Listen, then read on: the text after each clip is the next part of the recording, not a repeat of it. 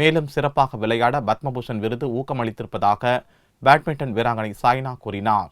டெல்லி ஜனாதிபதி மாளிகையில் நடந்த பத்ம விருது வழங்கும் விழாவில் பேட்மிண்டன் வீராங்கனை சாய்னா நேவாலுக்கு பத்மபூஷன் விருதை ஜனாதிபதி பிரணாப் முகர்ஜி வழங்கினார்.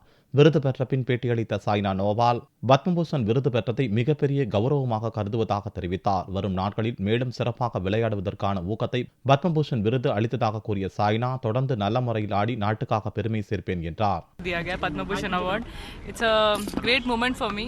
ये अवार्ड मुझे और हेल्प करेगा कि मैं आगे और अच्छा परफॉर्म करूं और अपने कंट्री का नाम और रोशन करूं. So I am very very happy and it's a very proud moment. आज मेरे पेरेंट्स भी साथ में थे तो बहुत खुशी हो रही. T20 கிரிக்கெட் உலகக்கோப்பை தொடரில் அரையிறுதிக்கு தகுதி பெற்ற இந்திய அணிக்கு பாராட்டு தெரிவித்த சாய்னா, டோனி தலைமையிலான அணி தொடர்ந்து சிறப்பாக ஆடி கோப்பையை வெல்லும் என நம்பிக்கை தெரிவித்தார்.